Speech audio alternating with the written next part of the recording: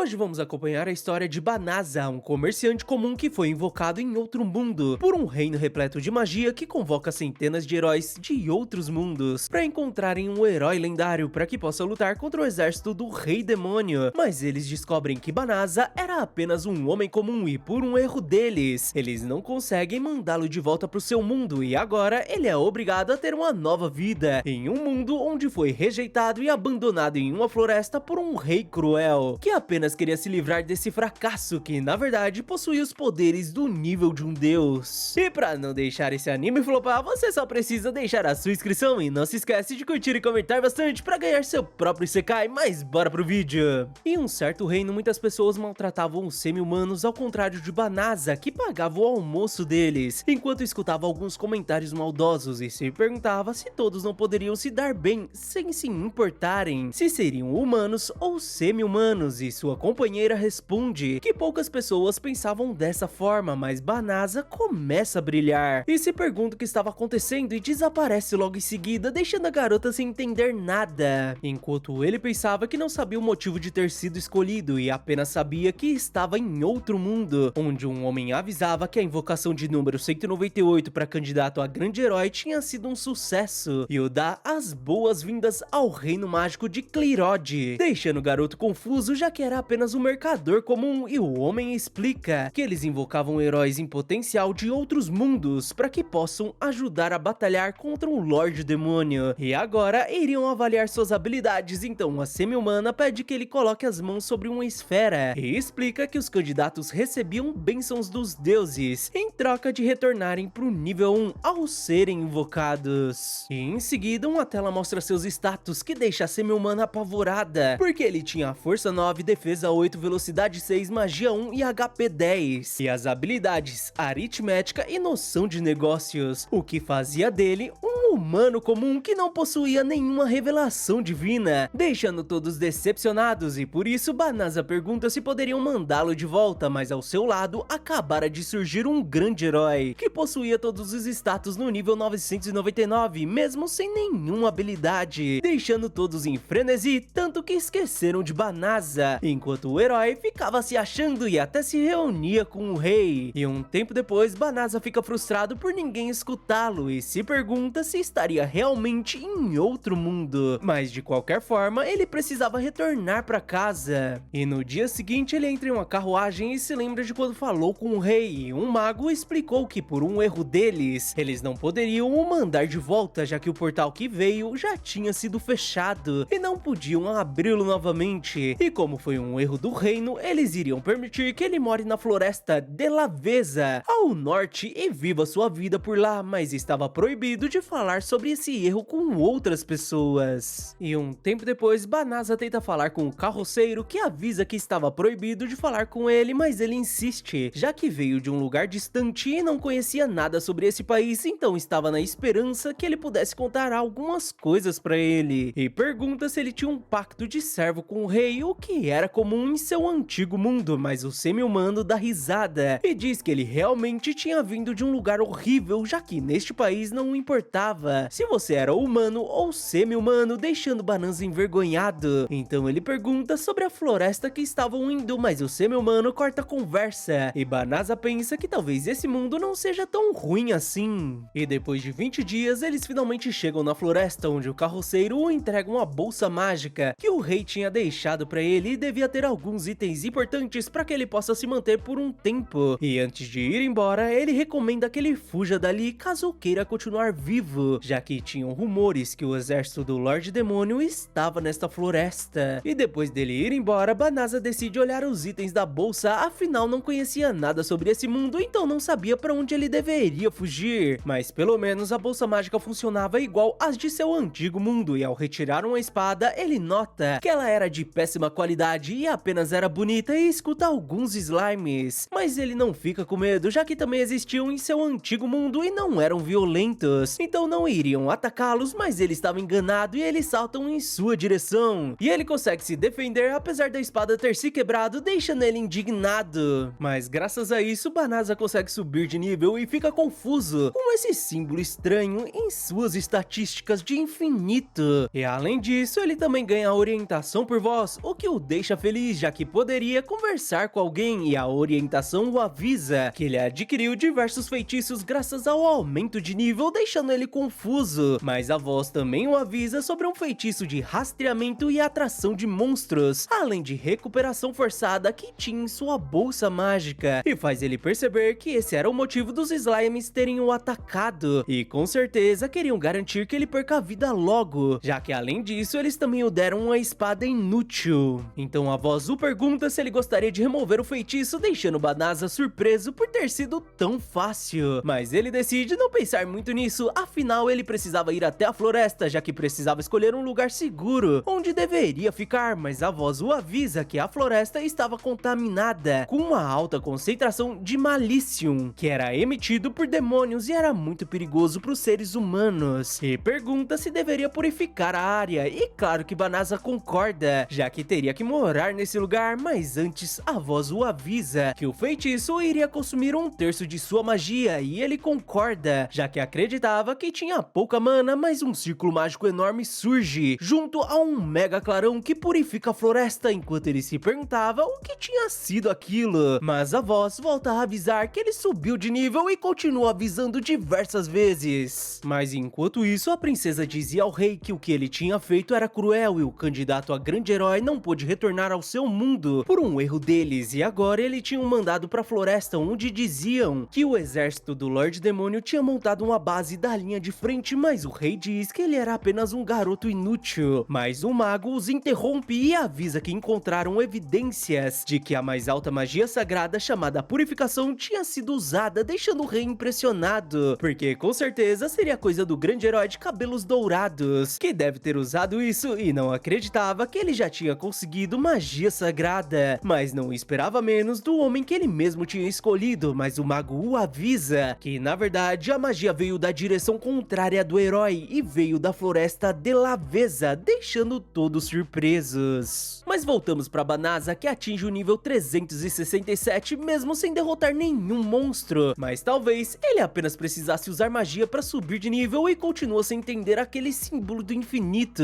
que estava em seus status, e se pergunta quanto de mana ainda tinha, e outra tela mostra sua mana se restaurando em segundos, fazendo ele pensar que sua capacidade mágica devia ser realmente baixa, já que restaurou tão rápido, mas ele deixa isso de lado, já que precisava decidir o que iria fazer em seguida, já que foi proibido de viver na cidade, e a voz sugere que ele use o feitiço mudança de aparência, e Banasa se torna uma bela waifu e fica envergonhado, mas decide mudar para masculino, já que teria que viver nesse corpo, então deveria ser sério, e agora poderia ir para a cidade sem ser reconhecido, e a voz recomenda a magia de teleporte para ir até a capital, e Banasa concorda e fica impressionado ao chegar na cidade, já que em seu antigo mundo apenas os magos poderosos podiam usar isso, mas talvez aqui fosse diferente, e ele tenta usá-la para voltar ao seu mundo anterior, mas acaba falhando, o que não o deixa surpreso, e agora ele muda o foco, já que precisava ganhar dinheiro para que possa viver nesse mundo, e se pergunta se eles possuíam uma guild de mercadores, mas ele duvidava que poderia se registrar, já que não conhecia ninguém, então seria melhor encontrar uma guild de aventureiros para fazer algumas missões, e a voz o direciona até a guild de aventureiros, onde a recepcionista explicava sobre as classificações dos aventureiros que eram feitas com base no que eles realizavam, e ao evoluir eles ganhavam recompensas melhores e podiam aceitar missões mais difíceis, e ele percebe que a guild funcionava igual a de seu mundo anterior, então decide se registrar e fica nervoso ao quase falar seu nome verdadeiro, mas acaba decidindo se registrar como Flew, o nome de um cachorrinho que teve há muito tempo, e em seguida a recepcionista termina seu registro e entrega uma medalha que possuía suas informações, e agora ele poderia procurar por uma missão, mas ele nota uma garotinha que estava pedindo para que os aventureiros a levem até a floresta de Laveza, mas todos a ignoram, já que ninguém queria ir para o lugar onde diziam que o exército do Lorde Demônio estava, mas Banasa se oferece para ajudá-la, e por sorte ele já esteve por lá, então se usarem a magia de teleporte seria rápido, mas isso deixa todos impressionados, porque era óbvio que aquele moleque não não podia usar isso e Banasa se pergunta se esse não seria um feitiço de iniciante, já que consumia quase nada de mana, e em seguida chega um espadachim que se apresenta como Balirosa dos Cavaleiros Reais e ordena que ele não se aproxime da garota, já que não se parecia com um feiticeiro habilidoso o suficiente para usar um feitiço tão avançado, e as outras garotas questionam o que ele pretendia fazer com a garotinha, deixando Banasa aflito, já que não queria que as pessoas do castelo ficassem de olho nele, então precisava desfazer essas suspeitas, e por isso sugere que elas os acompanhem, e as cavaleiras concordam e vão para um lugar onde não chamariam atenção, e avisam para ele não fazer nada de suspeito, e Banasa concorda e em seguida usa sua magia de teleporte, deixando ela sem acreditar que isso era possível e que realmente estavam na floresta de Laveza, e a maga questiona se ele seria um grande feiticeiro, já que tinha usado uma magia de teleporte em uma distância tão grande, e ele responde que era apenas um aventureiro novato que podia usar um pouco de magia, e Balirosa pede desculpas por ter sido rude com ele, mas ele diz que estava tudo bem, e pergunta se as suspeitas tinham sido desfeitas, enquanto a garotinha perguntava como era possível que a camada densa de Malicium da floresta tenha desaparecido, e além disso ela não sentia a presença de nenhuma besta mágica, e Banasa tenta explicar que purificou a área, mas a voz o impede, e avisa para ele ter cautela, já que seria perigoso informar a um demônio que usou a purificação, e em seguida Balirosa saca sua espada e pede desculpas por ter o envolvido nisso, e aponta sua lâmina pra garotinha e manda ela mostrar sua verdadeira forma, deixando Banasa ainda mais confuso, enquanto Balirosa dizia que a guilda emitiu um aviso sobre uma jovem suspeita que apareceu recentemente pedindo ajuda para viajar até a floresta onde estava localizado o exército do Lorde Demônio, e a garotinha começa a mudar completamente de expressão e diz que esses cavaleiros eram realmente corajosos por falar assim com ela, e começa a se transformar, deixando todos assustados, e ela se apresenta como Fenris, a irmã mais nova de